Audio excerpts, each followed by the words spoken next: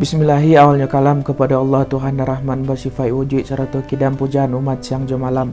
Salawat jo salam kepada junjungan kita Muhammad, pangkat jo tinggi dunia akhirat 100 selatan utara timur jo barat. Mulonyo jalo disyaratkan kanai kulari dinan bapalun, mulonyo sambah ditibukan menyusun jari minta ampun. Tantak pun tiang kahulu di bawah kiliran taji asa mulu kata dahulu tiga limbago nan terjali. Pertama sambah menyambah, kedua baso jo basi, ketiga siriah di pinang. Sembah menyembah dalam adat tali batali undang-undang nan tersabut di mulik manih nan terpakai di baso bayak. Mulik manih telempong kato baso bayak gulo di bibia di dalam bungka nan piawai nan banamu adat je sopan santun. Nyata limbago nan terjali isinya adat je pusako nan basamu kita memakaikan. Kajirek tabang ramu-ramu ingkok mencongkom lidih saga tadabok lalu ke tanah. Ketik indak basabik namo, gadang indak bayimbawakan galas sambah terserak ke tengah-tengah. Loreh kaunan dari pasar baru di sinan hati takabek. Minta ampun ambo dahulu, jawablah salam dinan rapek. Assalamualaikum warahmatullahi wabarakatuh. Teman-teman semuanya, Dun Sanak Sula Benam Project dimanapun berada. Alhamdulillah pada kesempatan yang berbahagia kali ini kita kembali menjumpai teman-teman semuanya, Dun Sanak semuanya. Ada beberapa hal yang ingin kita sampaikan, yang mana pada video-video kita sebelumnya kita sudah membahas tentang kato nan ampe, atau dalam bahasa Indonesianya kata nan empat.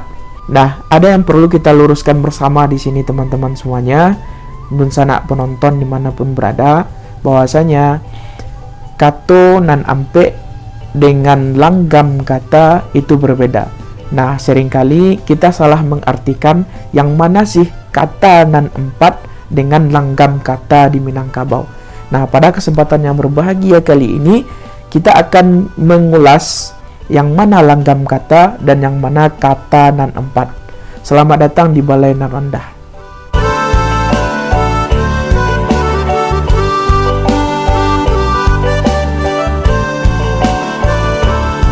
Baik, teman-teman semuanya, Dun Sanak Sula Benam Project, jikalau saya sebutkan kali ini adalah kata nan empat, apa yang terpikir oleh teman-teman? Saya tebak teman-teman pasti akan berpikiran kata nan empat itu adalah kato mandaki, kato manurun, kato malereng, dan kato mandata. Tapi tahukah teman-teman, ternyata pengertian dari kato nan empat ini bukanlah itu. Jadi ada kesalahpahaman dari kita bersama, dari dulunya mungkin, dari orang-orang yang menyebutkan kepada kita, sehingganya kato nan ampe ini ataupun kata nan empat ini sampai hari ini tidak kita pahami mana yang benar dan mana yang dimaksudkan dengan langgam kata di Minangkabau.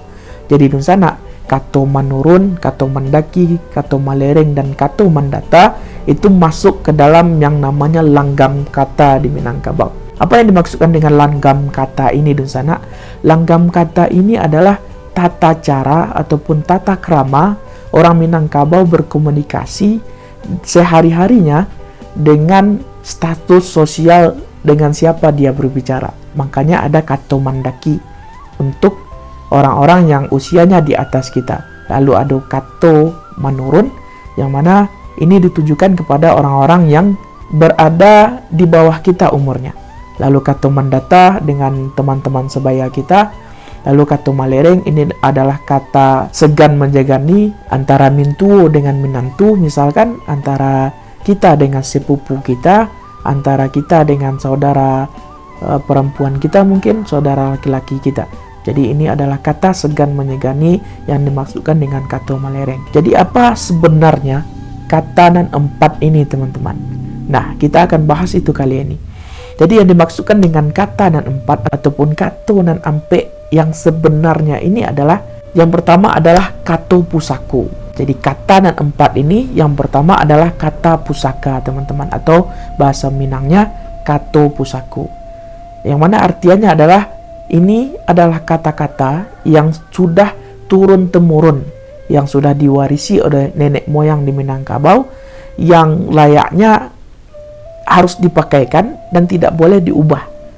Yang mana berisi nanti nilai-nilai atau falsafah-falsafah, yang mana berisi nanti ada hukum dan peraturannya di sana. Makanya kata pusako ini tidak bisa diubah seenak hati kita.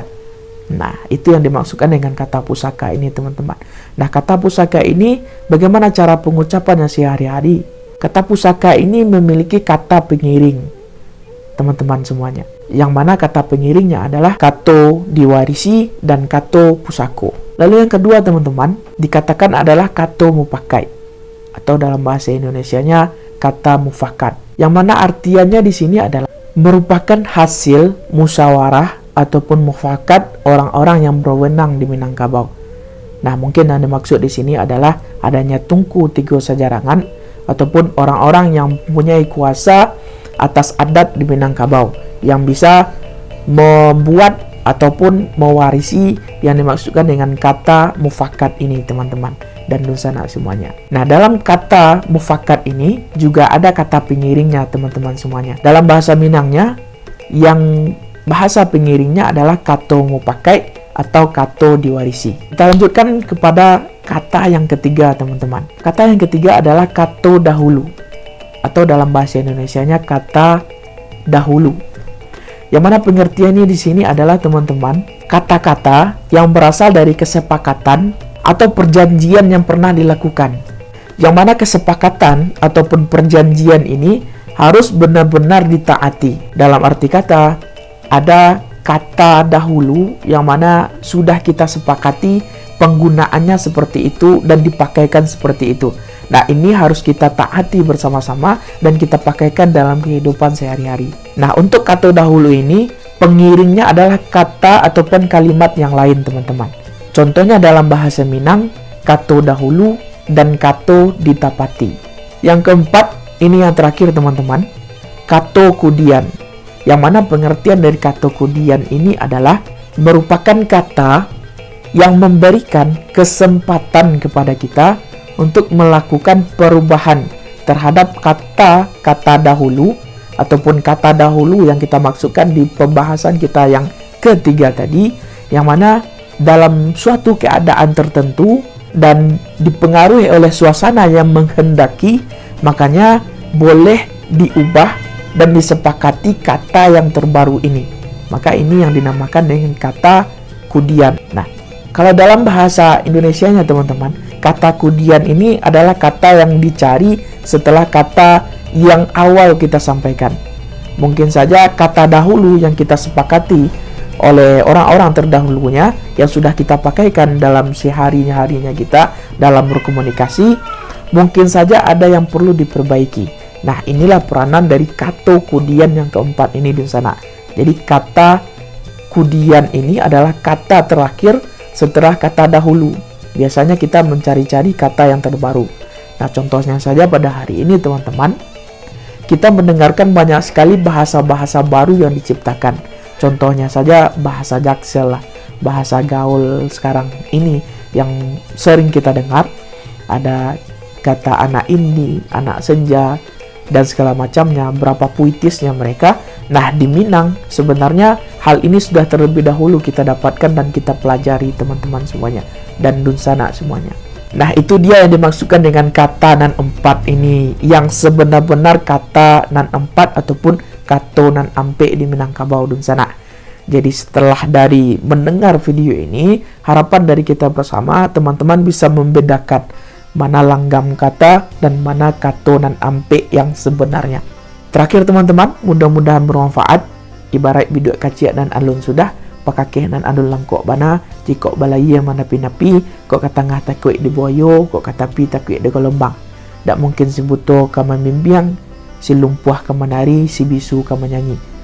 Karena saling belajar, saling diskusi, atas berkat dorongan dari teman-teman semuanya, penonton di channel Sulwa Benam Project ini, atas semua kritikan dan saran yang masuk, alhamdulillah kita masih bersemangat untuk memberikan pembelajaran untuk kita bersama. Saya di sini berperan sebagai pemantik diskusi. Mudah-mudahan diskusi kita hangat di kolom komentar dan sana, dan mohon untuk di like, komen, dan share video ini. Bagi yang belum subscribe, tolong di subscribe. Assalamualaikum warahmatullahi wabarakatuh.